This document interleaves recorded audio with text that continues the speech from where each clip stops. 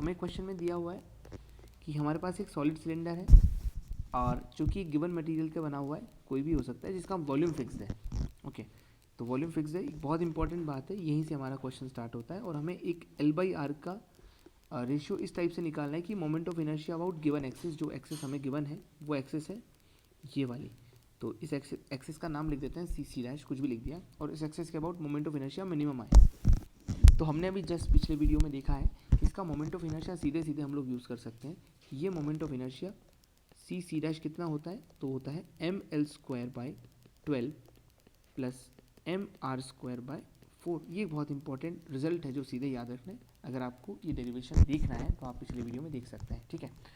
अब ये हमारा सबसे इम्पॉर्टेंट फॉर्मूला है, और इसमें हमें एक और बात ध्यान रखना है कि गिवन मटेरियल है और गिवन वॉल्यूम है, तो जाहिर सी बात है इसका मास भी फिक्स है, क्योंकि वो हमें चेंज नहीं करना है। मास फिक्स है हमारा और वॉल्यूम फिक्स है। बस ये है कि L और R को हम लोग वेरी कर सकते हैं। किस किस को वेरी कर सकते हैं? हम लोग अगर रेडियस को छोटी करेंगे तो हमारी लेंथ बढ़ जाएगी। जैसे हम किसी भी चीज़ को अगर इस टाइप से खींचेंगे, ऑब्वियस सी बात है, अगर खींचेंगे तो रेडियस कम हो जाएगी और लेंथ बढ़ जाएगी। तो उन दोनों के कॉम्बिनेशन को इस तरीके से रखना है कि मोमेंट ऑफ इनर्शिया मिनिमम बने। तो जो चीज़ यहाँ फिक्स्ड है उस चीज़ को हम लोग यहाँ यूज़ करते हैं। हमें ये दिया हुआ है कि इसका वॉल्यूम फिक्स्ड है, और वॉल्यूम कितना होता है सिलेंडर का, वो होता है πr²L, और ये फिक्स्ड है। अब इसी की ज़रूरत पड़ेगी हमें, तो हमें एक्चुअली इसी चीज़ का यूज़ करते हुए इसको कर देना है डिफरेंशिएट। तो इसको डिफरेंशिएट करने से क्या मिलेगा हमें, क्योंकि यहाँ पे हमारे पास जो फंक्शन है वो मल्टीप्लिकेशन में है और इधर वाली चीज़ फिक्स्ड है, तो इसका डिफरेंशिएशन हो जाएगा 0। तो हम लोगों ने डिफरेंशिएशन किया है। डिफरेंशिएशन करेंगे तो पाई का तो कुछ डिफरेंशिएशन होगा नहीं, तो पाई को तो हटा दो, सिर्फ और सिर्फ किसका डिफरेंशिएशन होगा, R²L का। R²L का डिफरेंशिएशन कैसे लिखेंगे, तो मैं इसका डिफरेंशिएशन जो है वो किसी के भी टर्म्स में कर सकता हूँ। मैं चाहूँ तो उसको लेंथ के रिस्पेक्ट में डिफरेंशिएट कर सकता हूँ, आर के रिस्पेक्ट में भी कर सकता हूँ। तो ये हो जाएगा हमारा डिफरेंशिएशन। तो हमने दोनों तरफ डिफरेंशिएशन लगा दिया एल के टर्म्स में। अब ये सॉल्व कैसे होगा, ये सॉल्व होगा हमारा मल्टीप्लिकेशन रूल से। तो R² इंटू DL/DL, हम लोग जानते हैं ना कि मल्टीप्लिकेशन रूल में एक बार में एक ही चीज़ का डिफरेंशिएशन करते हैं, दूसरी को कांस्टेंट रखते हैं। तो यहाँ पे हम लोग डिफरेंशिएशन जो है वो UV रूल से कर रहे हैं। UV रूल से डिफरेंशिएशन कैसे करते हैं, UV' प्लस U'(V), मतलब एक बार में एक ही चीज़ का डिफरेंशिएशन कर रहे हैं।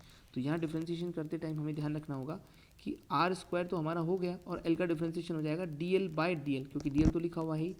और एक बार हम लोग L को कांस्टेंट रखेंगे और R² का डिफरेंशिएशन क्या हो जाएगा, 2R तो आएगा, लेकिन अब हमें इसको L के रिस्पेक्ट में भी करना पड़ेगा, तो dR/dL। इस तरीके से डिफरेंशिएट करके हम इसको किसके इक्वल कर देंगे, 0 के, क्योंकि ये डिफरेंशिएशन 0 के इक्वल है।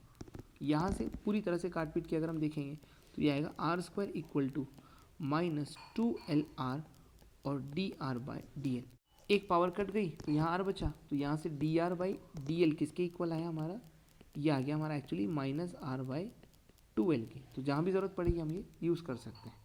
ओके, अब हमारे पास जो मोमेंट ऑफ इनर्शिया है वो ये है। मोमेंट ऑफ इनर्शिया को एक बार ध्यान से देखो, उसका वैल्यू है mL²/12 प्लस mR²/4, और मुझे इसको करना है मिनिमाइज। तो मिनिमाइज करने के लिए क्या कर सकता हूँ, इसका डिफरेंशिएशन कर सकता हूँ, किसी भी एक चीज़ के टर्म्स में डिफरेंशिएट करके इसको 0 के बराबर करना, ये हमारा काम होगा। तो उसको डिफरेंशिएट करके किसी भी चीज़ को मिनिमम बनाने के लिए हम बेसिकली उसका डिफरेंशिएशन करके उसको 0 के बराबर करते हैं। तो डिफरेंशिएशन करेंगे किसके रिस्पेक्ट में करें, अभी बेटर हमने L के रिस्पेक्ट में किया है तो DL लिख सकते हैं, ठीक है। तो DL लिख के क्या करेंगे, इसको डिफरेंशिएट करेंगे। तो डिफरेंशिएट कैसे करेंगे, हमें पता है कि ये फंक्शन पूरी तरह से L का फंक्शन है जिसमें m कांस्टेंट है, तो m/12 और L² का डिफरेंशिएशन हो जाएगा 2L, ठीक है। नाउ m/4 यहाँ लिखा हुआ है और R² का डिफरेंशिएशन कितना हो जाएगा, 2R इंटू dR/dL, और मुझे फाइनली इसको किसके बराबर करना है, 0। तो इसको 0 के बराबर करने के लिए आप क्या लिखोगे, सबसे पहले देखो ये बन जाएगा आपका m/6L, और ये बन जाएगा आपका m/2 into R into dR/dL। अभी भी ऊपर निकाला था हमने, किसके इक्वल आया था, -R/2L, और इसको 0 के बराबर कर देंगे। इसको 0 के बराबर किया मतलब mL/6 इक्वल टू mR²/4L। तो यहाँ से m से m कटा, और एक ये L इधर जाएगा तो ये जाएगा L² इक्वल टू 3/2 R²।